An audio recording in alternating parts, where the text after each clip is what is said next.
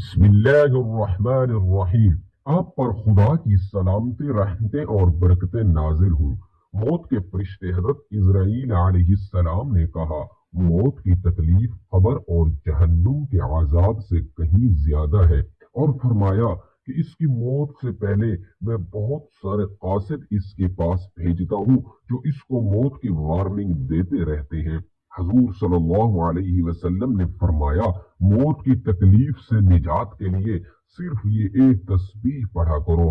حدیث میں ہے کہ ایک مرتبہ حضور اقدس صلی اللہ علیہ وسلم کی بارگاہ اقدس میں 4 مقرب فرشتے حاضر ہوئے۔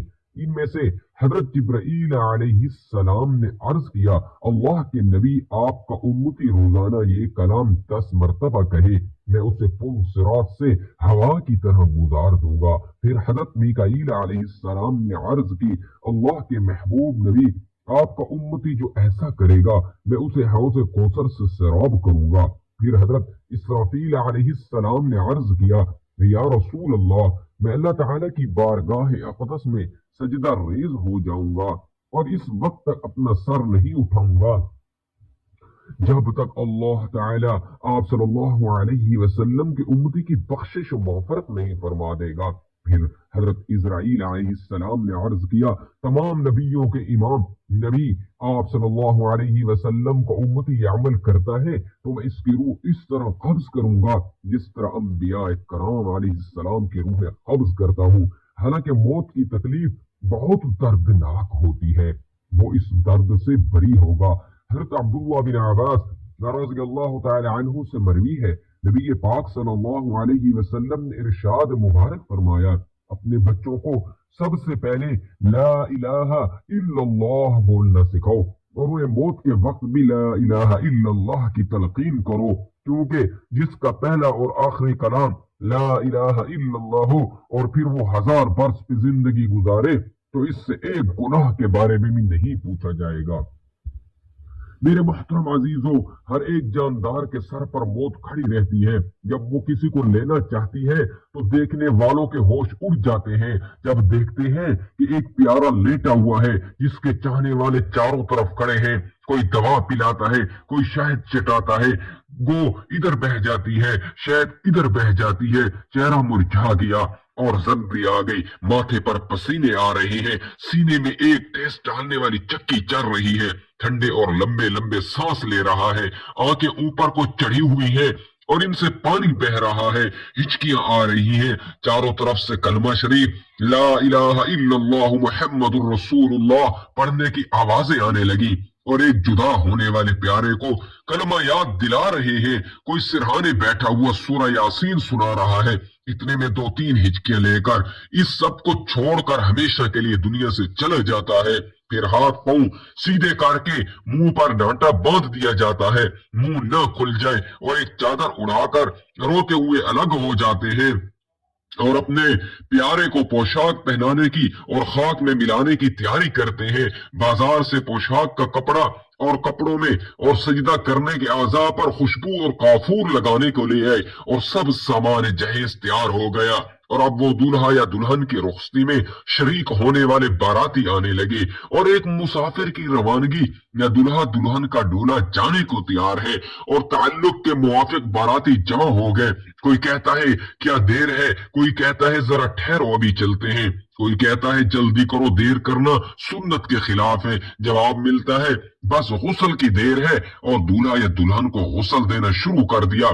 پانی کے سرد اور گرم کا پورا خیال رکھا گیا، غسل کے لیے ایک ٹوٹے سے تختے پر لٹا دیا گیا۔ دیکھنا بھائی، کسی جگہ بدن کو تکلیف نہ ہو، آہستہ آہستہ نہلاؤ، نرمی سے ہاتھ پھیرو۔ جب غسل دے چکے تو اس مسافر کو کپڑے پہنائے جاتے ہیں، غفور لگایا جاتا ہے، مرد ہے تو 3 کپڑے، عورت ہے تو 5 کپڑے، آخری پوشاک پہنا دی جاتی ہے۔ دولہا سفید کپڑے پہنے ہوئے لیٹا ہے جس پر آنسوؤں کے موتی وارے جاتے ہیں، اور ایک خدا سے شرمائے ہوئے کا گھونگھٹ ہٹا ہٹا کر اس کے منہ دکھائی ہو رہی ہے۔ جو غریب نہ منہ سے بولے اور نہ ہاتھ پاؤں ہلا سکے، بس چپ چاپ لیٹا ہوا ہے کہ اتنے میں باراتی ہے، اور ڈولا اٹھا کر چلے گئے۔ میرے محترم عزیزو، یہ ہماری زندگی کی حقیقت ہے۔ اب ہم نے موت کی تیاری کرنی ہے۔ موت کی تیاری کیسے کرنی ہے؟ ارشاد باری تعالیٰ ہے، جو اٹھتے بیٹھتے اور لیٹتے ہر حال میں اللہ رب العزت کو یاد کرتے ہیں اور زمین و آسمان کی پیدائش میں غور و فکر کرتے ہیں، وہ بے ساختہ پکار اٹھتے ہیں کہ اے ہمارے رب، تو نے یہ سب کچھ بیکار اور بے مقصد پیدا نہیں کیا۔ سورہ آل عمران جبکہ سورہ دخان میں ارشاد باری تعالیٰ ہے، اور ہم نے آسمان اور زمین کو اور جو کچھ اس کے درمیان ہے محض بے مقصد اور اتفاقیہ نہیں بنایا، بلکہ ہم نے تو انہیں خاص مصلحت کے تحت بنایا۔ لیکن اکثر لوگ اس حقیقت سے بے خبر ہیں۔ اسلامی تعلیمات کے مطابق کائنات کی ہر چھوٹی بڑی چیز ایک مخصوص حکمت کے تحت ایک متعین مدت تک کے لیے اپنا کام کر رہی ہے۔ موت اور زندگی کا فلسفہ بیان کرتے ہوئے قرآن واضح کرتا ہے، وہ ذات جس نے موت اور زندگی کو پیدا کیا تاکہ تمہیں آزمائے کہ تم نے بہتر جد و جہد کون کرتا ہے، اور وہی عزت بخشنے والا ہے۔ اللہ پاک نے قرآن مجید میں موت کو اجل سے تعبیر فرمایا۔ اس کے معنی ہے کسی چیز کا مقرر وقت جو کسی قیمت پر نہ ٹلے۔ اللہ پاک کا ارشاد ہے، جب تم کسی مقررہ مدت ادائیگی تک فرض کا لین دین کرو، اسے لکھ لو۔ جس طرح فرد کے لیے ایک وقت مقرر ہوتا ہے، اسی طرح قوموں کے عروج و زوال کا وقت مقرر ہے۔ فرمایا ہر قوم کے لیے ایک معیار مقرر ہے، جب مقررہ وقت آ جائے گا تو ایک ساعت کی تقدیم و تاخیر نہیں ہو پائے گی۔ اس طرح فرد کی موت کا بھی ایک وقت مقرر ہے۔ ارشاد باری تعالیٰ ہے، بے شک اللہ رب العزت کی طرف سے جب موت کا مقرر وقت آ جائے تو وہ ٹلتا نہیں ہے۔ نبی صلی اللہ علیہ وسلم نے فرمایا، دنیا میں اس طرح رہو جیسے تم ایک راہ چلتے مسافر ہو، کسی منزل کے راہی۔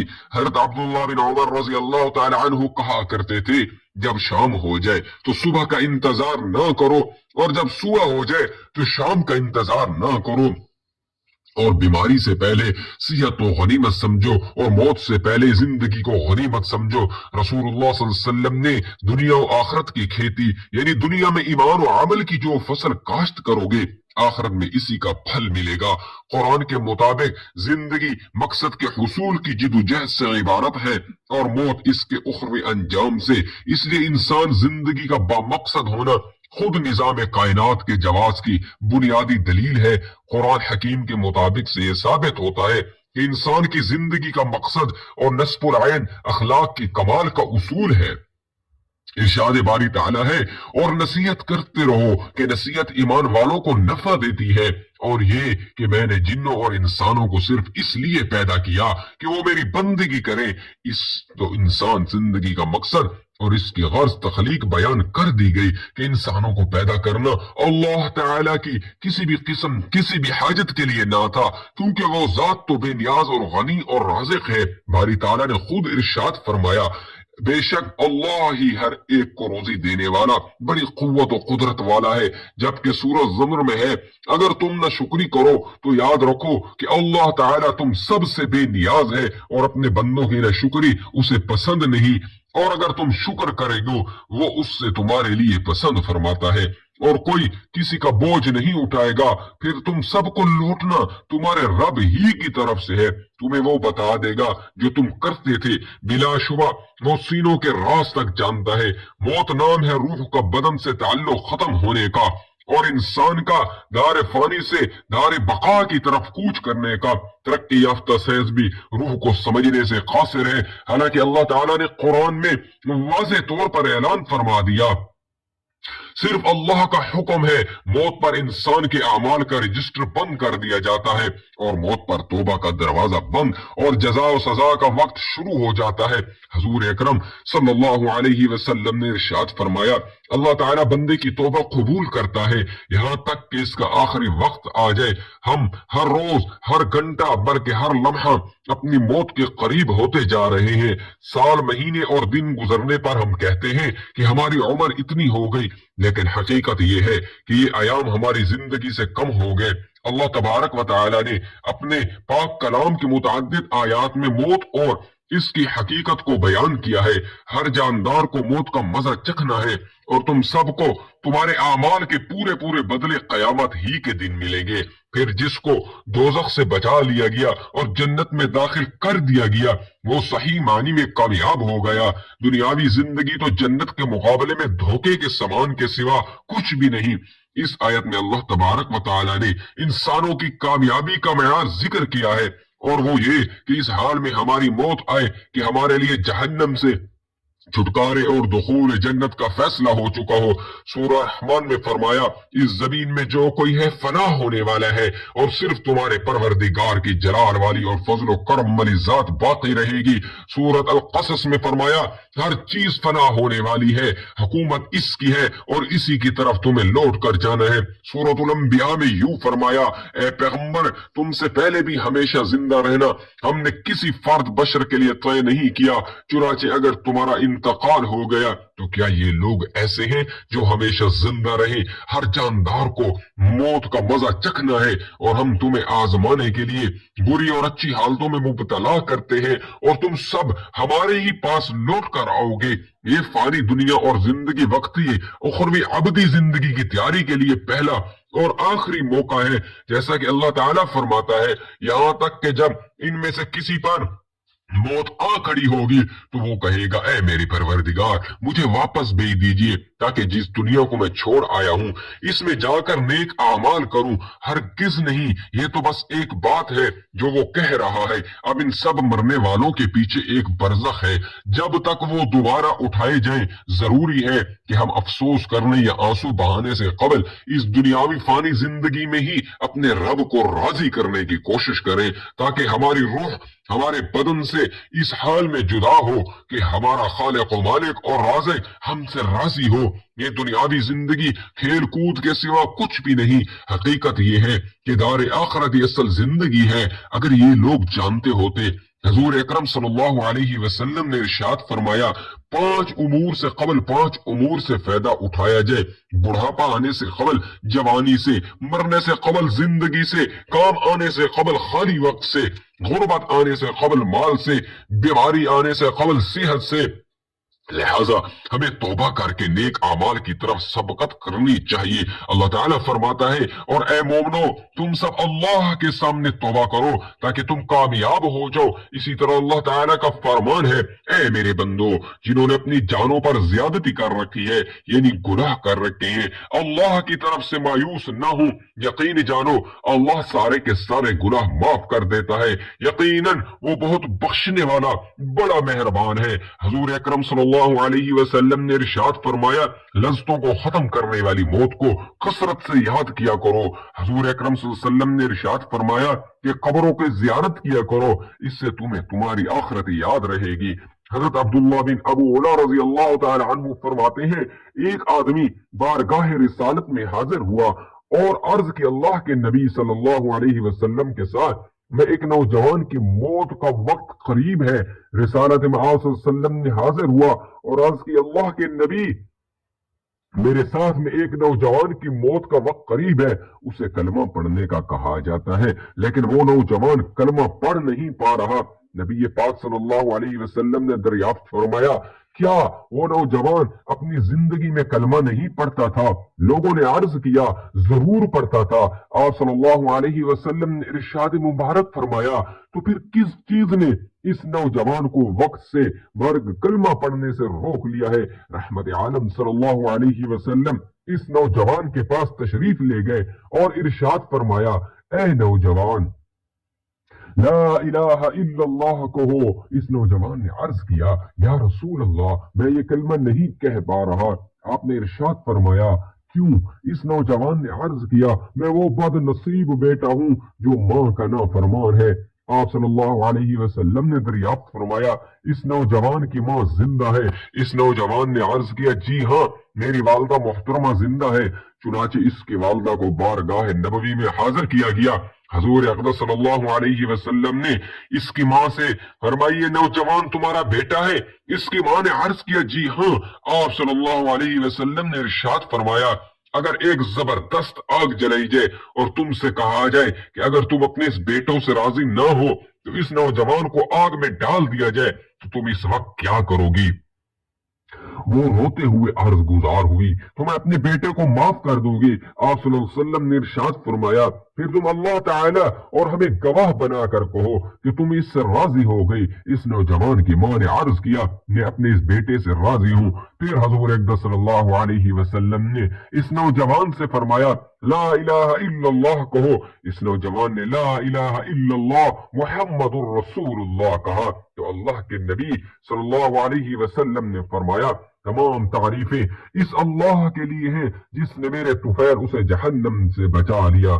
قرآن مجید میں ارشاد ہوا ایک آدمی کو وقت وفات کلمہ پڑھنے کی تلقین کی گئی تو اس نے کہا میں نہیں پڑھ سکتا کیونکہ میری نشست و برخاست ایسے برے لوگوں کے ساتھ تھی جو مجھے حضرت سیدنا ابو بکر، حضرت عمر فاروق رضی اللہ تعالی عنہم کو برا بلا کہنے کا کہتے تھے۔ حضرت سیدنا ابو ہریرہ رضی اللہ تعالی عنہ سے روایت ہے حضور نبی اکرم صلی اللہ علیہ وسلم نے فرمایا ملک الموت حضرت اسرائیل علیہ السلام قبض سے روح کے وقت ایک شخص کے اعضاء چیر کر دیکھے لیکن کوئی نیک عمل نہ پایا، پھر اس کا دل چیر کر دیکھا تو اس میں بھی کوئی بھلائی نہ پائی، پھر جبڑے چیرے تو اس کی زبان کی نوک سے چھٹی ہوئی تھی، یعنی وہ لا الہ الا اللہ کہہ رہا تھا، بس ایک کلمہ توحید کی بدولت اس کی مغفرت و بخشش کر دی گئی۔ جب بندے کی موت کا وقت آتا ہے تو بائیں جانب والا فرشتہ دائیں جانب والے فرشتے سے کہتا ہے نرمی کر، دائیں جانب والا کہتا ہے نہیں کروں گا۔ ہو سکتا ہے یہ سختی دے کر کلمہ طیبہ پڑھ لے تو میں اسے لکھ لوں۔ حضرت سیدنا ابو ہریرہ رضی اللہ تعالی عنہ اور حضرت سیدنا ابو سعید خدری رضی اللہ تعالی عنہ سے روایت ہے جس نے وقت وفات یہ کلمات کہہ لیے آگ اسے کبھی نہ جلائے گی۔ وہ دعا یہ ہے لا الہ الا اللہ واللہ اکبر ولا حول ولا قوة الا باللہ العلی العظیم، یعنی اللہ تعالیٰ کے سوا کوئی عبادت کے لائق نہیں، اللہ تعالیٰ سب سے بڑا ہے اور نیکی کی قوت اور گناہ سے بچنے کی طاقت بلند عظمت والے رب العالمین کی طرف سے ہے۔ حضرت سیدنا سعد بن ابی وقاص رضی اللہ تعالی عنہ سے روایت ہے کہ حضور نبی اکرم صلی اللہ علیہ وسلم نے ارشاد فرمایا کیا میں تمہیں اللہ تعالیٰ کا اسم اعظم نہ بتاؤں؟ حضرت یونس علیہ السلام کی یہ دعا لا الہ الا انت سبحانک انی کنت من الظالمین اسم اعظم ہے۔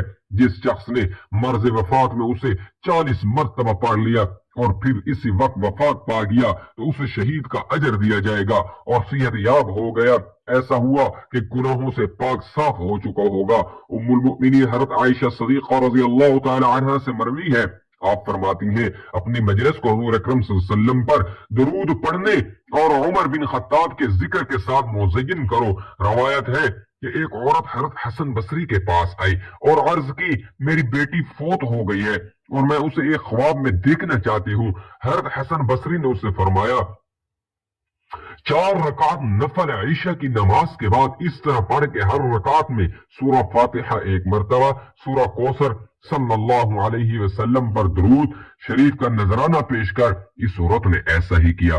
خواب میں اس عورت نے اپنی لڑکی کو دیکھا کہ وہ عذاب میں مبتلا ہے، جسم پر گندک کا لباس ہے، ہاتھ بندھے ہوئے ہیں اور پاؤں میں آگ کی زنجیر ہے۔ جب وہ عورت بیدار ہوئی تو صبح سارا خواب حضرت حسن بصری کو سنایا۔ آپ نے فرمایا صدقہ کر اور نبی صلی اللہ علیہ وسلم پر درود کی کثرت کر۔ حضرت حسن اسی رات سوئے تو عالم خواب میں اپنے آپ کو جنت میں پایا۔ آپ نے دیکھا کہ ایک خوبصورت تخت پر ایک حسین و جمیل عورت سر پر نورانی تاج پہنے بیٹھی ہوئی ہے۔ وہ آپ سے کہنے لگی کیا آپ مجھے جانتے ہیں؟ آپ نے فرمایا نہیں۔ تو اس لڑکی نے کہا میں وہی لڑکی ہوں جس کی ماں کو آپ نے آج صدقہ اور درود کی کثرت کرنے کا حکم دیا تھا۔ آپ نے فرمایا تیری ماں نے تو تیری یہ خوش کن حالت مجھے نہیں بتلائی۔ اس خاتون نے کہا میری ماں کی بات سچی تھی۔ اس پر حضرت حسن بصری نے اس سے پوچھا پھر ایک ہی دن میں تیری یہ حالت کیسے ہو گئی؟ اس نے کہا ہم 70,000 نفس عذاب میں مبتلا تھے جیسا کہ میری ماں نے آپ کو بتایا تھا، مگر ایک نیک آدمی آج ہمارے پاس سے گزرا اور اس نے حضور اقدس صلی اللہ علیہ وسلم پر درود پاک بھیجا اور اس کا ثواب ہمیں پہنچایا۔ اللہ تعالیٰ نے اس درود کو اس کی طرف سے قبول فرمایا اور ہم سب کو اس شخص کی برکت سے اس عذاب سے نجات عطا ہوئی۔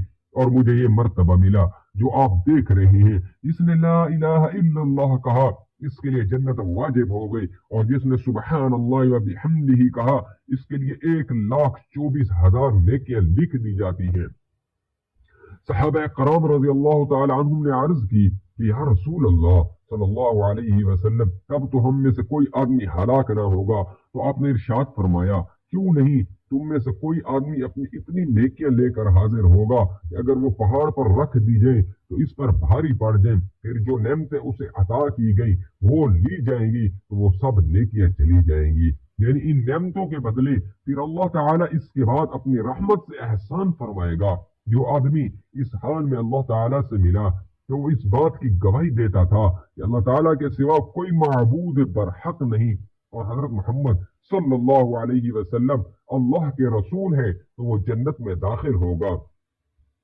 لا الہ الا اللہ ایسا کلمہ ہے جو اللہ تعالیٰ کے ہاں بہت معزز ہے، اور اس کے لیے اللہ تعالیٰ کے ہاں ایک خاص جگہ تیار کی گئی ہے اور سجائی بھی گئی ہے۔ جس نے سچے دل سے یہ کلمہ کہا اور جس نے جھوٹ موٹ کہا تو اس نے اپنا خون اور مال محفوظ کر لیا، اور اللہ تعالیٰ سے اس طرح ملے گا کہ اللہ تعالیٰ اس کا محاسبہ فرمائے گا۔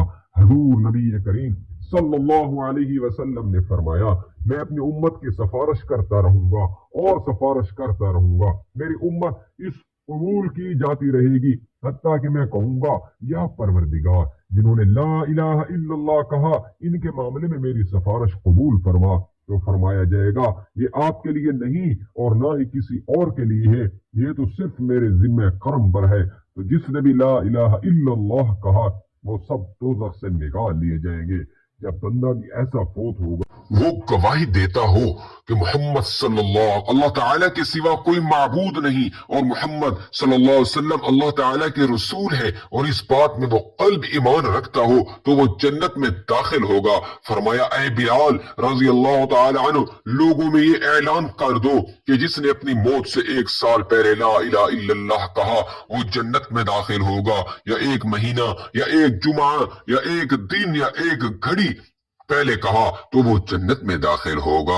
بلال رضی اللہ تعالی عنہ نے کہا یا رسول اللہ، تب تو لوگ اس پر بھروسہ کر بیٹھیں گے، تو آپ نے ارشاد فرمایا کہ اگرچہ وہ اسی پر بھروسہ کر بیٹھے، فرمایا اے سہیل بن بیضاء، جس نے اس بات کی گواہی دی کہ اللہ تعالیٰ کے سوا کوئی معبود نہیں، تو اللہ تعالیٰ اسے دوزخ پر حرام فرما دے گا اور اس کے لیے جنت واجب ہوگی، اس لیے اپنے رب العالمین کی طرف بلایا جائے گا۔ جس نے اس وقت پکارتا ہے جب تجھے کوئی تکلیف پہنچتی ہے تو وہ اس تکلیف کو تجھ سے دور کر دیتا ہے، اور جسے تو اس وقت پکارتا ہے جب تو کسی بے آب و گیا زمین میں رہ گم کر بیٹھتا ہے اور وہ تیری اس پکار کا جواب دیتا ہے، اور جسے تو اس وقت پکارتا ہے جب تجھے قحط لاتا ہے تو وہ میرے لیے پیداوار لگاتا ہے۔ مروی ہے کہ ایک نبی علیہ السلام نے موت کے فرشتے سے پوچھا تمہارا کوئی قاصد نہیں ہے جس کو اپنے آنے سے پہلے بھیج دیا کرو تاکہ لوگ موت سے ڈر جائیں؟ ملک الموت حضرت اسرائیل علیہ السلام نے جواب دیا بخدا میرے پاس بہت زیادہ قاصد ہیں، مثلا بیماریاں، بالوں کی سفیدی، بڑھاپا، دیکھنے سننے میں فرق آ جانا۔ جب کوئی ان میں کسی میں مبتلا ہو کر نصیحت نہیں پکڑتا اور نہ ہی توبہ کرتا ہے تو میں اس کی روح قبض کرتے وقت اسے پکار کر کہتا ہوں کیا میں نے یک کے بعد دیگرے تیرے پاس قاصد اور ڈرانے والے نہیں بھیجے تھے؟ بس اب میں آخری قاصد ہوں، میرے بعد کوئی قاصد نہیں، اور میں آخری ڈرانے والا ہوں، میرے بعد کوئی ڈرانے والا نہیں۔ جب آدمی کسی بیماری میں مبتلا ہوتا ہے تو ملک الموت حضرت اسرائیل علیہ السلام کا قاصد اس کے پاس ہوتا ہے، حتیٰ کہ جب وہ مرض الموت میں مبتلا ہوتا ہے تو ملک الموت حضرت اسرائیل علیہ السلام خود اس کے پاس تشریف لے کر فرماتے ہیں تمہارے پاس پے در پے قاصد اور ڈرانے والے آتے رہے لیکن تم نے ان کی کوئی پرواہ نہیں کی، اب تمہارے پاس ایسا قاصد آیا ہے جو دنیا سے تمہارا نام و نشان مٹا دے گا۔ حضرت سیدنا جابر بن عبداللہ رضی اللہ تعالی عنہ سے روایت ہے حضور صلی اللہ علیہ وسلم نے ارشاد فرمایا بنی اسرائیل کی باتیں کیا کرو